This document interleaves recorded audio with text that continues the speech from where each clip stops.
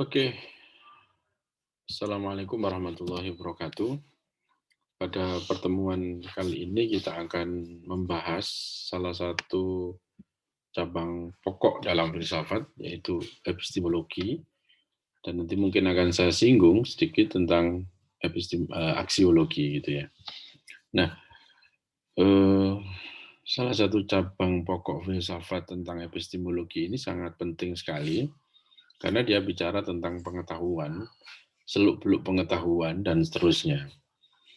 Nah, paling tidak ada 3 komponen dalam pembahasan epistemologi atau pengetahuan. Yang pertama adalah struktur pengetahuan. Ini terkait dengan relasi antara subjek dengan objek. Kemudian yang kedua adalah sumber pengetahuan. Ini terkait dengan potensi atau kemampuan apa yang kita gunakan untuk memperoleh pengetahuan. Bisa dengan indrawi atau pengalaman, bisa menggunakan rasio, akal budi manusia, atau bisa juga dengan menggunakan intuisi kita. Dan yang ketiga, setelah tahu sumber pengetahuannya kita dari mana, maka pengetahuan akan kita uji, yang disebut dengan istilah validitas pengetahuan. Bagaimana pengetahuan itu dinilai valid. Nah, dari situ kemudian muncul teori kebenaran.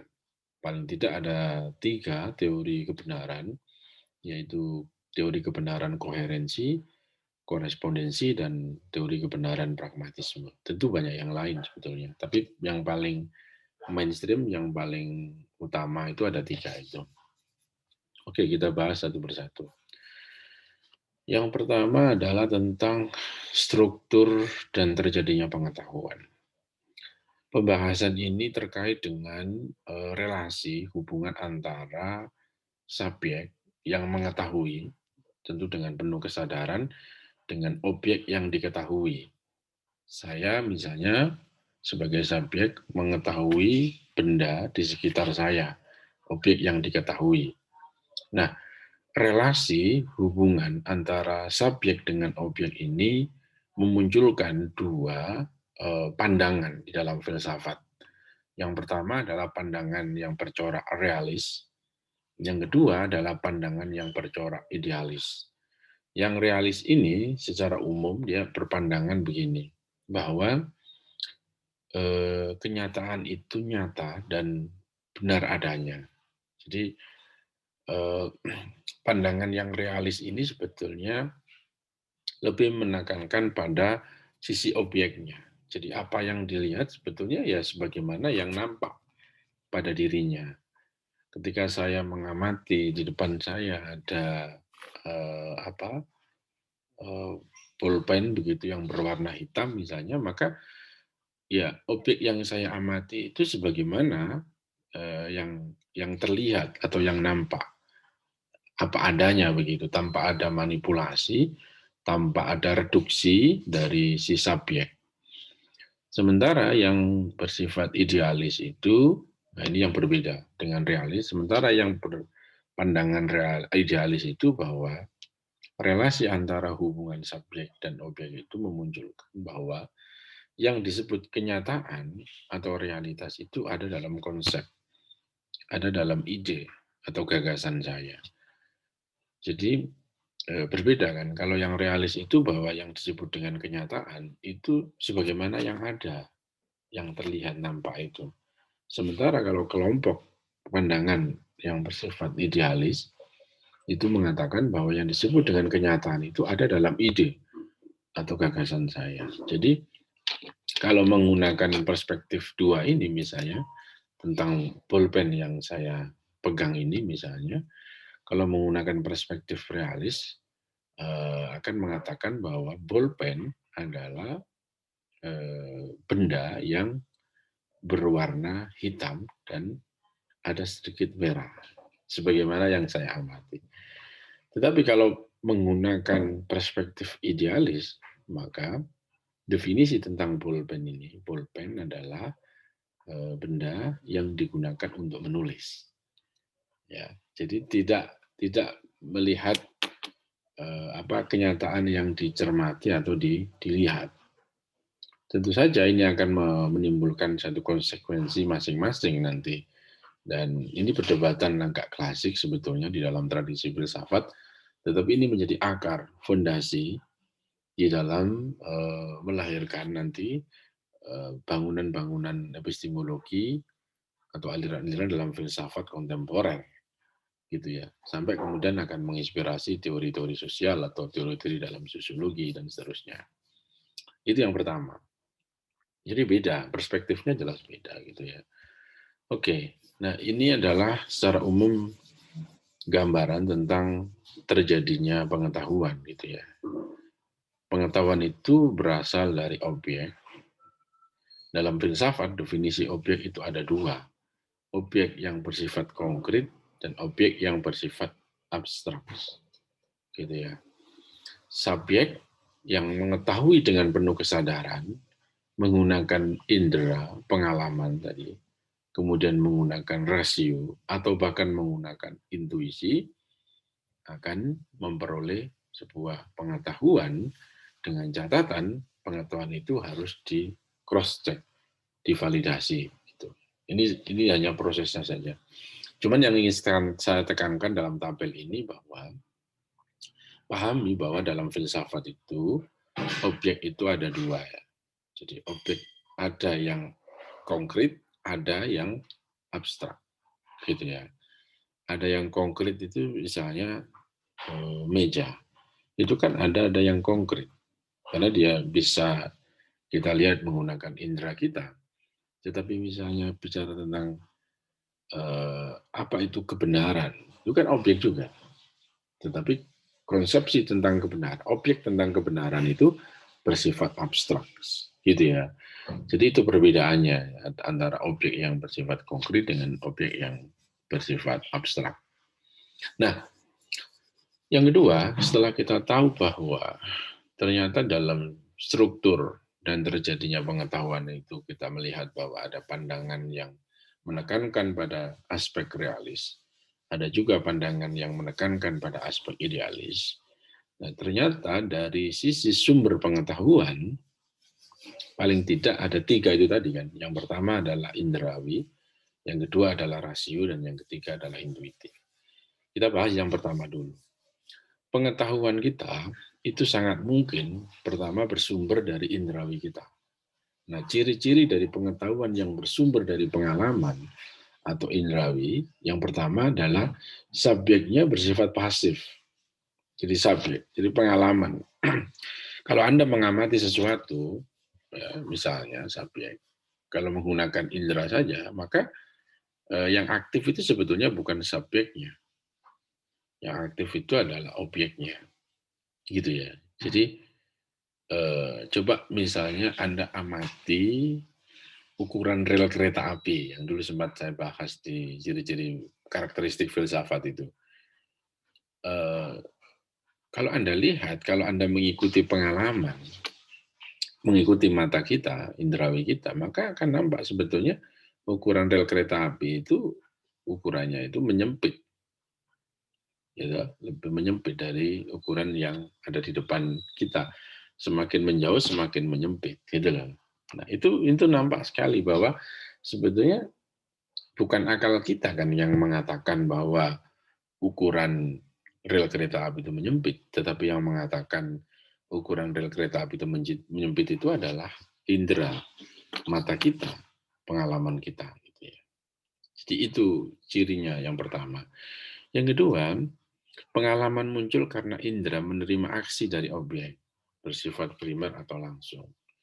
Ini nanti bisa dikembangkan juga dalam aliran fenomenologi. Jadi meskipun tidak sesederhana ini fenomenologi, tapi fenomenologi ya berangkat dari seperti ini, bahwa biarkan kemudian sesuatu itu atau pengalaman di sekitar kita itu masuk ke dalam diri kita secara langsung. Bahasanya Husserl itu intensionalitas, ya, secara langsung pengalaman itu masuk ke dalam diri saya. Itu ciri-cirinya. Kemudian yang ketiga, ciri dari pengetahuan yang bersumber dari indrawi itu, pengetahuan itu akan selalu bersifat baru, ya kan, atau bertambah. Karena dia pengetahuan dia pada detik ini dengan detik yang akan datang atau detik sebelumnya itu berbeda. Makanya ini yang nanti akan memantik tradisi riset atau pengetahuan ilmiah atau lebih spesifiknya filsafat ilmu. Jadi riset, tradisi ilmiah, pengembangan ilmiah itu sebetulnya lebih banyak disandarkan pada pengetahuan yang sifatnya indrawi atau pengalaman ini. Karena itu maka akan muncul temuan-temuan baru, memang. Karena pengetahuan dia di hari ini itu berbeda dengan pengetahuan dia di masa lalu. Dan tentu berbeda dengan pengetahuan seseorang di masa yang akan datang. Misalnya, contoh sederhana, pagi ini di samping gedung ini terdapat mobil berwarna putih sedang parkir. Tapi nggak tahu kalau siang nanti, ya kan? Nggak tahu lagi kalau sore nanti. Mungkin mobil warnanya hitam, silver atau apa dan seterusnya gitu ya. Itu ciri-ciri dari pengetahuan yang bersifat indrawi atau yang muncul yang lahir dari pengalaman kita. Yang kedua adalah corak pengetahuan yang bersumber dari rasio, yang bersumber dari akal budi. Jadi yang pertama tadi bahwa pengetahuan kita itu sangat mungkin bersumber dari pengalaman kita. Saya lihat pengetahuan medsos, media sosial, dan apalah ujaran kebencian atau hoax dan seterusnya, itu lebih banyak dari pengetahuan yang bersumber dari pengalaman. Empiris ya, dari pengalaman. Maka ya memang ada unsur kebaharuannya, tetapi seringkali kemudian dalam tanda petik menipu kan antara pengetahuan yang bersumber dari mana? Akal bersumber dari pengalaman dengan nanti pengetahuan yang bersumber dari rasio. Nah, sekarang kita bahas pengetahuan yang bersumber dari rasio. Meskipun tadi empirisisme ya punya kelebihan. Yang pertama adalah menitik beratkan akal budi. Jadi rasio itu lebih menitik beratkan pada akal manusia gitu ya. Pusat kesadaran penuh pada diri subjek. Subjek ini penuh sekali dalam mencerap pengalaman itu. Ini juga akan dipakai oleh Husserl sih sebetulnya. Kalau Anda lihat dalam fenomenologinya. Jadi yang pertama dia subjeknya pasif, lalu kemudian dia mengheningkan cipta dalam tanda petik gitu ya, si subjek itu untuk melakukan refleksi dengan penuh kesadaran terhadap objek yang dia cermati gitu ya. Objeknya bersifat diam, makanya subjeknya beraksi gitu ya. Yang ketiga, yang keempat, ciri dari pengetahuan yang bersumber rasio itu sifatnya memang penalaran. Maka instrumen penting dalam sumber pengetahuan yang dari rasio ini adalah logika. Jadi logika itu sangat penting sekali dalam pengetahuan yang bersumber dari rasio. Misalnya contoh-contoh di bawah ini, misalnya salah satunya adalah semua tembaga jika dipanaskan akan memuai. Nah, tentu saja penarikan kesimpulan dari proposisi semua tembaga jika dipanaskan memuai itu ya berangkat dari penalaran. Kalau hanya mengandalkan dari pengalaman, pengetahuan yang muncul adalah emas dipanaskan memuai, kan begitu kan? Besi dipanaskan memuai. Tapi kalau mengandalkan rasio, akan muncul penalarannya dan akan bisa ditarik sebuah kesimpulan, misalnya tadi semua tembaga jika dipanaskan memuai. Itu coraknya, jadi coraknya demikian. Kemudian yang ketiga, salah satu sumber epistemologi yang mungkin jarang dibahas orang, tetapi di dalam dunia sekarang, bahkan mungkin sosok seperti Bergson, Henri Bergson, salah satu filsuf yang mengakui adanya intuisi, sumber pengetahuan yang bersifat intuitif dari diri manusia. Meskipun memang sumber pengetahuan yang bersifat intuitif ini sebetulnya lebih banyak dominan dalam tradisi filsafat timur dan juga dalam tradisi filsafat Islam. Salah satu cirinya, yang pertama adalah pengetahuan yang bersumber dari intuisi itu bersifat reflektif. Jadi reflektif itu mantul gitu kan ya. Ada sisi refleksi gitu ya, memantulkan diri. Kemudian yang kedua adalah pengetahuan ini sebetulnya pengetahuan yang bersifat, kalau dalam bahasa Arabnya itu istilahnya huzuri. Jadi tiba-tiba hadir dalam dirinya. Karena dia melakukan refleksi atas pengetahuan itu. Kemudian yang ketiga adalah peran subjek dalam mengenal objek itu kecil sekali. Kecil, jadi tidak seperti peran dalam pengetahuan yang bersumber dari rasio, subjek sangat besar perannya. Hubungan antara subjek dan objek tidak lagi terpisah, sebagaimana misalnya dari dalam empirisisme, indrawi tadi, atau di dalam rasionalisme itu kan tidak terpisah sebetulnya. Tetapi di dalam intuisi hubungan subjek dan objek itu menyatu. Atau pakai bahasanya sekarang itu ya intersubjektivitas itu ya mungkin ya, resiprokal, kesalingan terkait satu sama lain, penyatuan. Contoh sebetulnya pengetahuan yang bersumber dari intuisi itu ya misalnya bagaimana kita bisa mengatakan gula itu manis misalnya.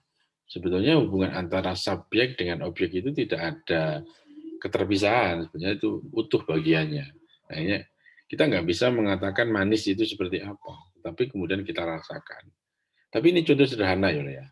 Jadi pengetahuan yang intuitif ini sebetulnya lebih pada, menurut saya adalah pengetahuan yang pertama lebih pada bersifat afektif, bisa rasa, bisa kemudian pada ranah-ranah yang bersifat transendental atau kehadiran, bersifat dengan ketuhanan dan seterusnya sebetulnya.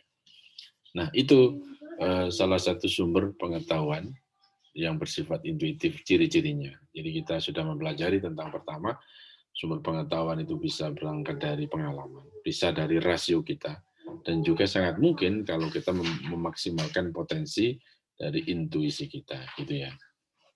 Oke, yang terakhir adalah struktur pengetahuan, komponen pengetahuan atau epistemologi yang harus kita pelajari adalah tentang validitas kebenaran. Nah, validitas kebenarannya itu harus kita uji menggunakan teori-teori kebenaran.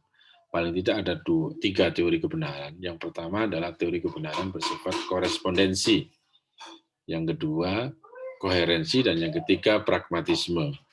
Yang pertama ini, yang korespondensi ini, salah satu titik poinnya adalah bahwa pernyataan itu sama dengan kenyataan. Misalnya, cuaca pagi ini cerah sekali. Misalnya begitu. Jadi omongan kita, proposisi kita itu sesuai dengan kenyataan. Saya katakan cuaca hari ini cerah sekali. Maka bagaimana untuk membuktikannya? Ya keluar agar kita tahu bahwa pernyataan kita itu sesuai dengan kenyataan. Ya, ini yang hari-hari ini ramai tentang the king of lip service ya. Jadi dijuluki seperti itu. Jadi di salah satu, kalau kita lihat dari pernyataan itu bahwa itu sebetulnya salah satu cara pikirnya menggunakan teori korespondensi, bahwa pernyataannya itu tidak sesuai dengan kenyataan, sebetulnya begitu. Oke, sederhananya. Yang kedua adalah kita cek pengetahuan kita benar atau tidak itu menggunakan teori koherensi. Di dalam teori koherensi itu adalah yang dilihat adalah konsistensi logis di dalam pernyataan atau proposisi, misalnya begitu. Jadi harus ada konsistensi logis pernyataan pertama dan pernyataan berikutnya. Misalnya Dika adalah perempuan yang bisu, tetapi dia bisa berbicara. Ini tidak konsisten karena yang namanya bisu ya tidak bisa berbicara. Jadi antar kalimat satu dengan kalimat yang lain itu harus konsisten gitu loh. Itu namanya koherensi. Maka logika sangat penting di dalam menguji kebenaran yang bersifat koherensi. Yang ketiga adalah pragmatisme. Jadi menguji kebenaran menggunakan teori pragmatisme itu kalau pengetahuan itu dianggap benar, kalau itu mempunyai nilai guna. Ini banyak sekali ya, sekarang berkembang seperti itu. Kalau nggak berguna bagi saya, ya nggak akan saya tinggalkan. Nah itu namanya teori kebenaran sifatnya pragmatis. Ya benar, tetapi dalam kadar teori kebenaran pragmatis. Oke, sampai di sini kita akan, nah ini adalah struktur dari epistemologi kita. Struktur dari epistemologi itu berangkat dari yang paling dasar sampai yang paling tinggi. Coba Anda lihat struktur alatnya indera, kemudian struktur realitasnya adalah fisikokemis, muncul pengetahuan sederhana, empirik, benda-benda mati. Kemudian di atasnya lagi menggunakan naluri, itu bios. ya, hidup jasmani seperti hewan atau tumbuhan gitu ya. Atasnya lagi struktur alatnya menggunakan rasio, indera, dan juga ada naluri. Di sana struktur realitasnya adalah sebab akibat, gitu ya. Ini saintifik, kebenaran saintifik. Kemudian rasio indera tetap ditambah nurani. Itu struktur realitasnya adalah relasi antar manusia. Tetap kebenaran ilmiah, tapi sifatnya konstruktivis. Ini yang lahir teori-teori sosial yang baru, humaniora yang baru. Atasnya lagi menggunakan imajinasi, tetap ada nurani, rasio, dan indera. Realitasnya, struktur realitasnya agak tinggi, namanya zumen. Kemanusiaan, kebenarannya bersifat filosofis. Dan atasnya lagi yang menggunakan intuitif, yang tadi saya katakan, ada nurani juga, rasio, dan indera, tapi struktur realitasnya adalah yang transenden. Biasanya yang masuk dalam ranah ini adalah kebenaran agama. Jadi semakin tinggi struktur realitas semakin kompleks sebetulnya. Semakin rendah struktur realitasnya semakin sederhana. Ini menurut saya tipologi, klasifikasi yang sederhana mengenai struktur pengetahuan manusia gitu ya. Oke, kemudian jenis pengetahuan tadi sudah, saya kira ada empiris, berarti yang pengalaman, ilmiah, berarti ada proses pengilmiahan, kemudian sifatnya rasional atau filosofis, kemudian ada pengetahuan bersifat agama. Yang terakhir, kita akan membicarakan tentang cabang pokok filsafat yang ketiga, yaitu aksiologi. Cabang filsafat yang ketiga ini sebetulnya bicara tentang nilai. Nilai itu adalah, seperti yang sudah pernah saya jelaskan, adalah kualitas yang melekat kepada objek. Jadi bukan objek itu sendiri sebetulnya, tapi kualitas. Cabang filsafat ini menyelidiki makna, nilai, sumber nilai, jenis nilai, tingkatan nilai, dan hakikat nilai, termasuk di dalamnya ada estetika dan etika, begitu ya. Macam-macam nilai sangat banyak. Ada nilai yang bersifat material, ada immaterial. Material yang konkret, kalau immaterial itu ya abstrak, tetapi bisa dirasakan. Misalnya tentang kebenaran, persaudaraan, dan seterusnya. Nilai-nilai material diukur dengan menggunakan indrawi, sedangkan nilai imaterial itu ukurannya adalah hati nurani, manusia yang terkait dengan rasa, karsa, serta keyakinan dari manusia. Itu. Kalau menggunakan filsafat nilainya Notonegoro, ada nilai material, segala sesuatu yang berguna bagi manusia untuk dapat mengadakan kegiatan atau aktivitas. Sementara nilai vital itu sesuatu yang menjadi penggerak dalam kehidupan. Apa vitalitas hidup Anda? Gitu ya. Apa yang menggerakkan hidup Anda itu apa? Itu namanya nilai vital. Kemudian ada nilai kerohanian. Nilai kerohanian itu bisa dibagi menjadi 4. Yang pertama adalah nilai kebenaran, nilai yang bersumber dari akal tadi itu. Kemudian nilai keindahan, nilai estetis yang bersumber dari unsur perasaan. Kemudian nilai kebaikan atau nilai moral yang bersumber dari unsur kehendak manusia. Dan yang keempat terakhir adalah nilai religius, nilai kerohanian yang tertinggi yang bersumber dari kepercayaan manusia. Clear ya? Jadi nilai itu ya kualitas yang melekat pada sesuatu gitu loh. Ada banyak sekali tadi diungkap oleh Notonegoro dan yang lainnya. Saya kira itu sedikit penjelasan saya tentang epistemologi dan aksiologi. Semoga bermanfaat. Terima kasih. Selamat pagi dan salam sehat selalu. Salam.